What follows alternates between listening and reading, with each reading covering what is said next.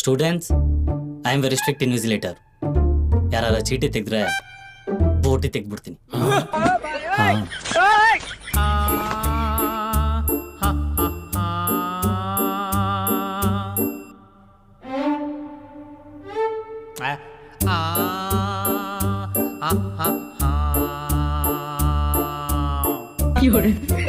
ನಾನು ಎಲ್ಲಿದ್ದೀನಿ?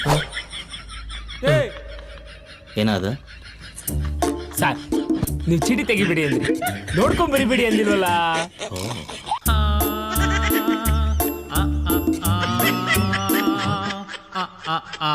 ಏನ್ ಬರಿತಾ ಇದ್ರು ಸರ್? ಅಟೆಂಡೆನ್ಸ್ ಹಾಕಿದ್ದೀನಿ. ನಿಮ್ ಪ್ರೆಸೆಂಟ್ ಹಾಕಿಲ್ವಲ್ಲ? ಅದೇ ನಾನು ಬಂದಿದ್ದೀನಲ್ಲ. ಅದು ನಮ್ಮಿಬ್ರು ಗೊತ್ತು, ಆಫೀಸಲ್ಲಿ ಗೊತ್ತಿಲ್ವಲ್ಲ? Sorry sir. ನಡಿ ಅವ್ರಿಗೆ. ಅಳಿಸ್ಬಿಡ ಸರ್, ಅಳಿಸ್ಬಿಟ್ಟೆ. ಅಡಿಷನಲ್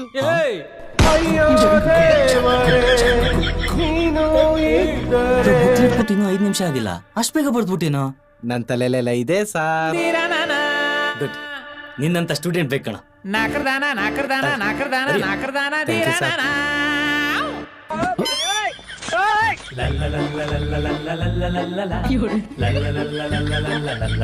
ಸರ್, ನಮ್ಮಪ್ಪಂಗಾದ ಸ್ಟೇಜ್ ಆಗಿದೆ ನಿಮಗೆ. ನಾನೇ ಇಲ್ಲಿ ಎಕ್ಸಾಮ್ ಬರ್ದು ಪಾಸ್ ಆಗಿ ಇಲ್ಲೇ ಇನ್ವಿಜಿಲೇಟರ್ ಬಂದಿದ್ದೀನಿ. ನೀವು ನೋಡಿದ್ರೆ ಇನ್ನೂ ಬರಿತಾನೆ ಇದ್ದೀರಲ್ಲ ಸರ್. ಹೂ ಕಣ, 20 ವರ್ಷದಿಂದ ನಾನು ಕಾಪಿ ಹೊಡೆದು ಎಕ್ಸಾಮ್ ಬರಿತಾನೇ ಇದ್ದೀನಿ. ನಾನು ನೋಡ್ಕೊಂಡ್ ಬರ್ದವ್ರೆಲ್ಲ ಫಸ್ಟ್ ಕ್ಲಾಸ್ ಪಾಸ್ ಆತವ್ರೆ. ಅವ್ರು ಬರ್ದಂಗೆ ಬರ್ದ್ರು ನಾನು ಯಾಕೆ ಪಾಸ್ ಆಗ್ತಾ ಇಲ್ವಲ್ಲ? ಹೌದಾ?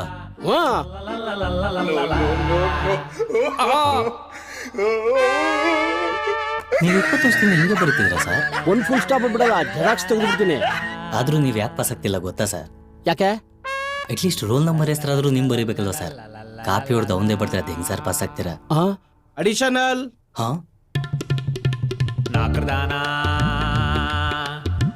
ಮತ್ತೆ ಅಷ್ಟು ಬೇಗ ಬರ್ದ್ಬಿಟ್ಟು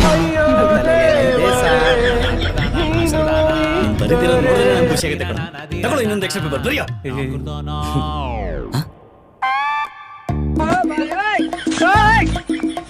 ಯಾವ ಕಂಪ್ನಿ ಸಿಗತ್ತೋ ಈ ತರ ಟಿ ಶರ್ಟ್?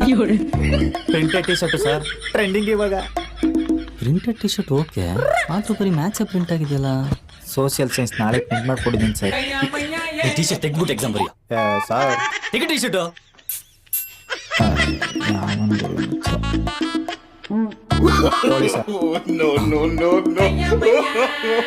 ಇವಾಗ ಹೇಳಿ ಸರ್, ಟಿ ಶರ್ಟ್ ಹಾಕೊಂಬರಿಲ್ಲ, ಇಲ್ಲ ತೆಗೆದಿಟ್ಟು ಬರಿಲ್ಲ ಸರ್? ಹಾಕೊಂಡೆ ಬರೀ. ತುಪ್ಪಲ್ಲಿ ನನ್ನ ಮಗ ಉಲ್ಟಾಕ್ಸ್ಬಿಟ್ಟ. ಭಗವಾನ್, ಏನ್ ಮಾಡೋದು?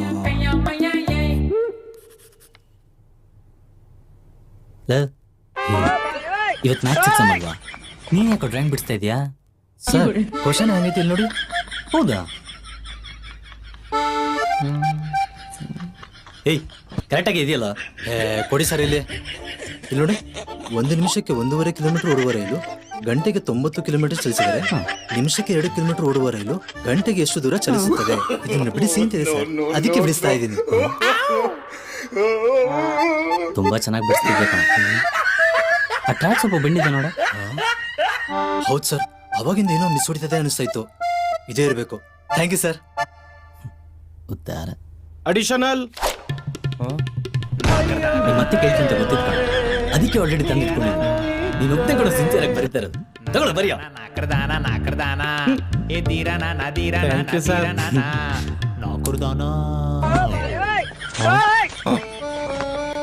ನಂದಲ್ಲ ಸರ್, ಬೇಕಾದ್ರೆ ನೋಡಿ.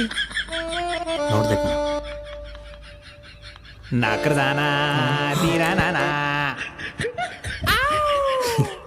ನನ್ನ ತಲೆಲೆಲ್ಲ ಇದೆ ಅಂದ್ರೆ ತಲೆ ಒಳಗಡೆ ಅನ್ಕೊಂಡಿದ್ದೆ. ತಲೆ ಮೇಲ್ಗಡೆ ಇಟ್ಟಿರ್ತಿ ಅಂತ ಗೊತ್ತಿರ್ಲಿಲ್ಲ. ಮಾರ್ಕೆಟ್ ಅಲ್ಲಿ ಬಿಟ್ಟು ತರಕಾರಿ ತುಂಬ್ಕೊಂಡ್ ಬಂದಿದೆ.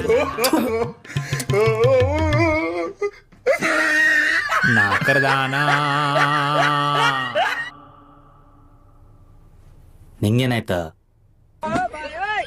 ಎಕ್ಸಾಮ್ ಟೆನ್ಷನ್ ಅಲ್ಲಿ ಏನು ಓದಿದ್ದೆಲ್ಲ ಮರ್ತೋಗುತ್ತಂತ ದಾರಿ ಉದ್ದಕ್ಕೂ ಬುಕ್ ನೋಡ್ಕೊಂಡೇ ಬರ್ತಿದ್ದೆ ಸರ್. ಎಡು ಬಿದ್ಬಿಟ್ಟೆ, ತುಂಬಾ ಪೇನ್ ಆಗ್ತಿದೆ ಸರ್. ಆದ್ರೂ ಬರೀತೀನಿ.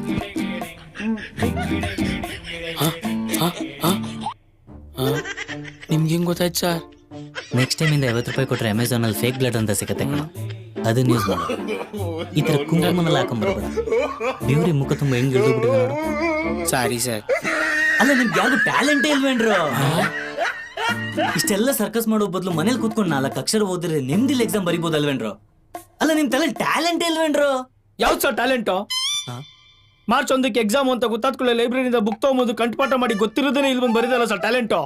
ನಾಳೆ ಬೆಳಿಗ್ಗೆ ಎಕ್ಸಾಮ್ ಅಂತ ಗೊತ್ತಿದ್ರು 1 ಅಕ್ಷರ ಓದಿದ್ರೆ ರಾತ್ರಿ ಎಲ್ಲ ಕಾಪಿ ಚೀಟಿ ರೆಡಿ ಮಾಡ್ಕೊಂಡು ಸಬ್ಜೆಕ್ಟ್ ಎಷ್ಟೇ ಕಷ್ಟ ಇದ್ರೆ ಇನ್ವೆಸ್ಟಿಗೇಟರ್ ಯಾರೇ ಬಂದ್ರು ಯಾಮಾರಿಸಿ ಕಾಪಿನೇ ಹೊಡಿತೀವಲ್ಲ ಅದು ಸರ್ ಟ್ಯಾಲೆಂಟು.